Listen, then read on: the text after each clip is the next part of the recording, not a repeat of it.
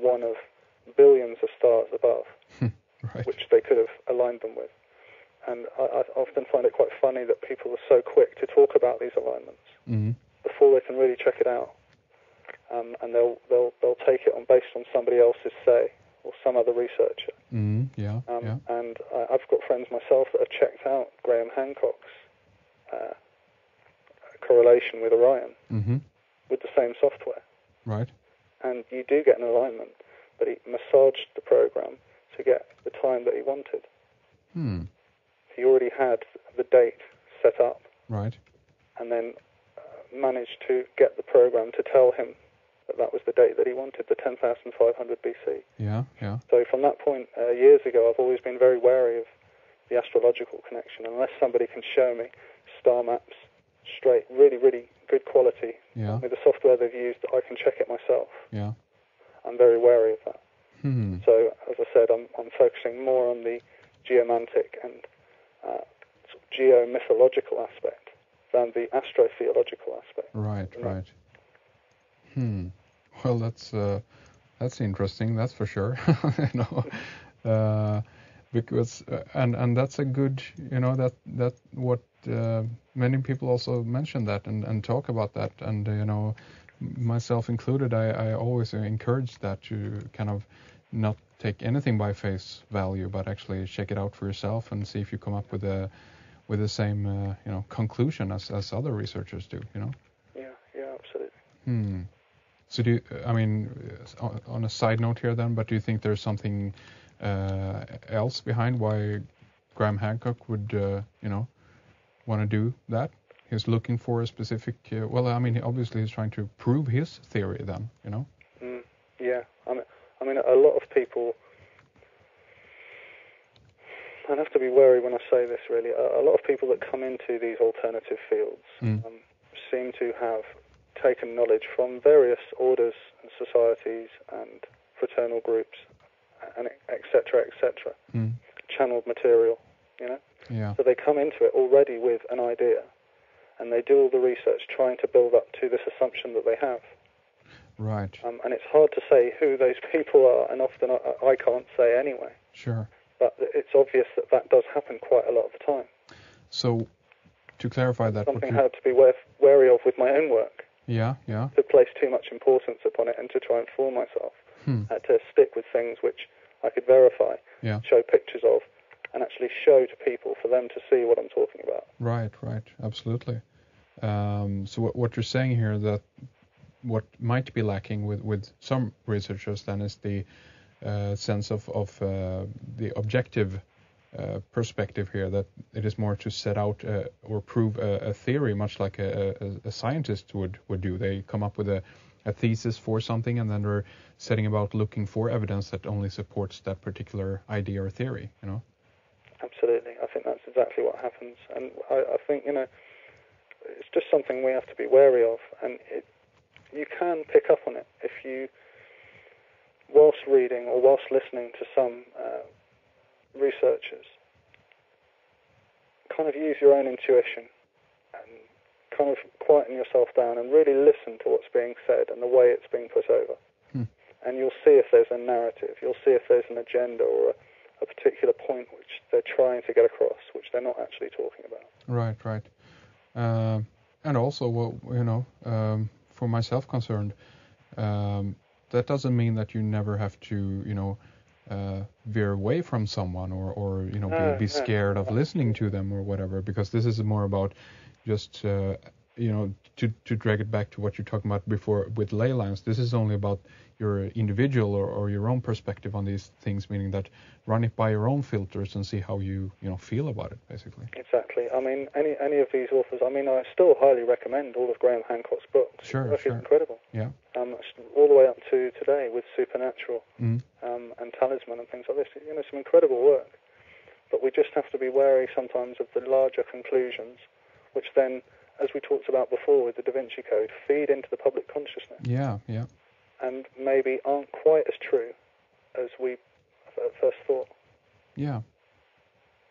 Yeah, exactly. Well, it's definitely a good point, and again, it's a little bit similar to when when you're looking at, let's say outright Masonic writers or whatever, I mean, you might not be going to the material because you agree with their conclusions, but you're intrigued by some of the information that they managed to dig out. And much in the same way it is with all researcher, I think that many people bring so much to the table, but don't let them lay the puzzle for you. That's up to you. That's the individual thing right there, Yeah, absolutely. I mean, to connect this back to some of the kind of the Celtic origins of this whole thing which I'm talking about. One of my favourite authors since I was young was Tolkien. Yeah. And in his Silmarillion, which is his kind of creation myth and the early history and genealogy of all of the people on Middle Earth, he talks about a figure called Fëanor, who was a craftsman who was incredible, and he created stones from organic objects, and he made the most incredible things. And he was actually imprisoned by the Dark Lord of the time. And it wasn't the Sauron figure that we know of from the later films. It was an earlier dark wizard. But he actually would speak to this dark wizard quite regularly. And he made him objects. But the only reason he made him the objects was so that he could speak with them. And Tolkien always makes the point that the only reason that he was speaking with this person who, in the narrative, is the embodiment of evil, was to learn more about himself and his kin so that he could help them.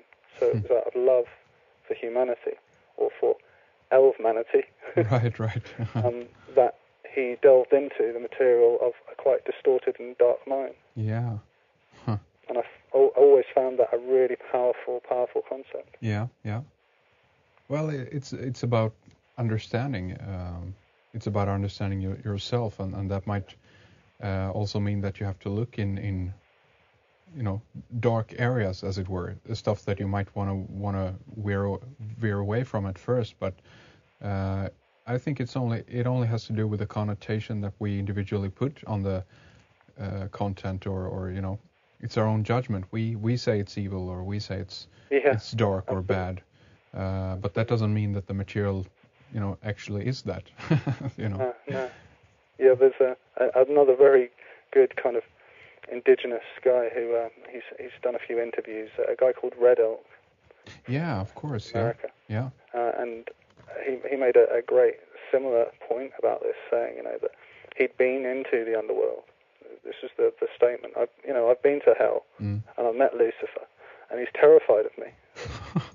Because I love him, and it's the same logic really, but just taken to a more human and accepting, open level, less intellectualized. Right.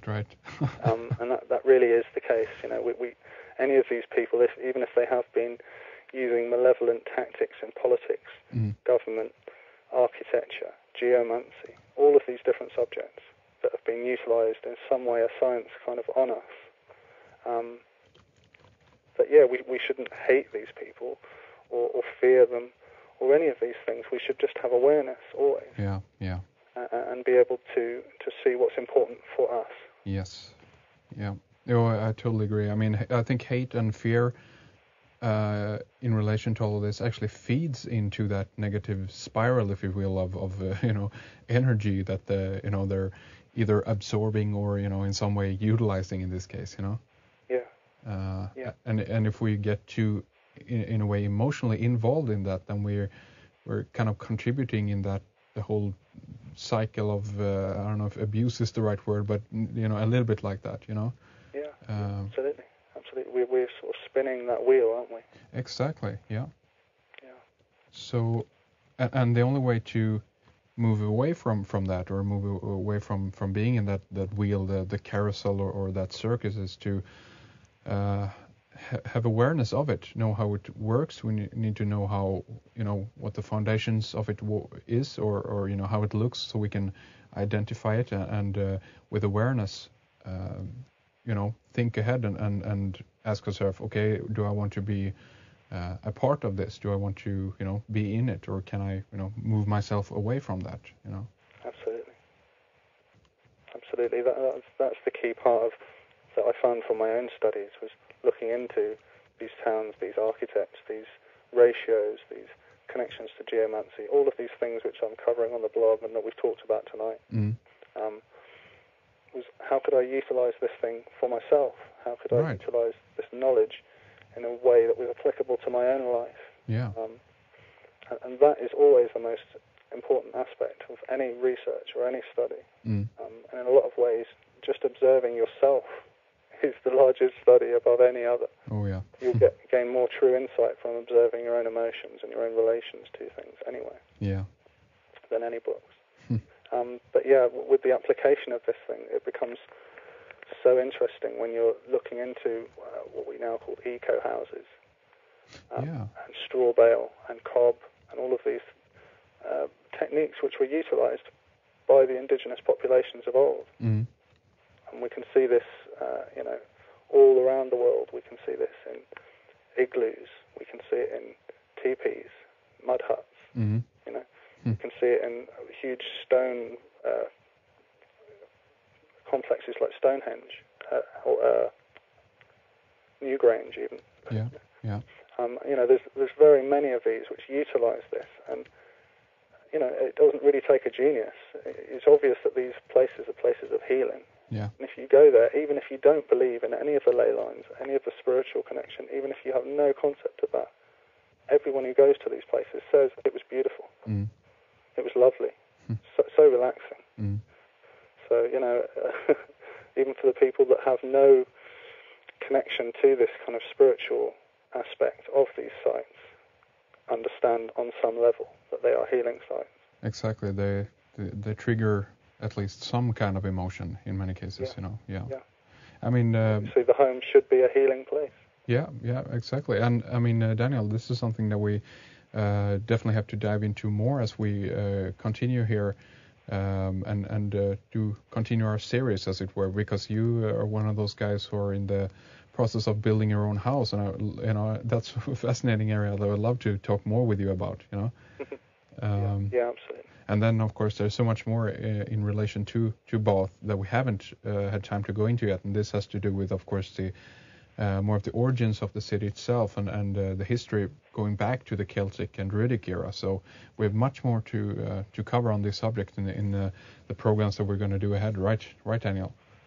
Yeah, absolutely. Yeah, hopefully we'll be going through all of the history of the area which had these sacred springs, thermal spa, hot waters, steaming hot waters coming out of the ground, and all the way through the individual complexes and other structures, famous personalities, and lots more. All on the subject is definitely to come. Very good. I've very much enjoyed our discussion here today, Daniel. It's been excellent, and I'm looking forward to very much continuing it with you. Leave us with your website again, so people can find out how to get a hold of more of your information, and also I know that you're going to have a page up on this blog about if people are interested in pre-order the book. So give out your website again so people can find you and your work. Sure. The current website is www.thebathmystery with an S on the end, so thebathmysteries.blogspot.com. Very good. You can follow along some of the littler posts which I'm doing kind of as a companion to the book. So if people want to kind of get a brief glimpse into the work, then they can kind of follow it chronologically, and then hopefully they find it so intriguing that they would want to get involved with buying some books. Exactly, definitely. The website again, thebathmysteries.blogspot.com. Thank you very much for coming on, Daniel, and I'm definitely looking forward to speaking with you more here soon. Absolutely, there's a lot to come.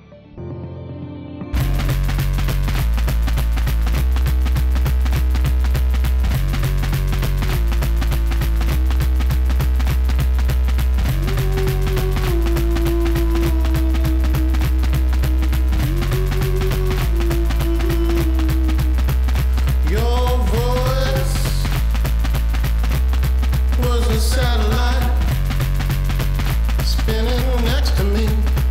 No, I can't feel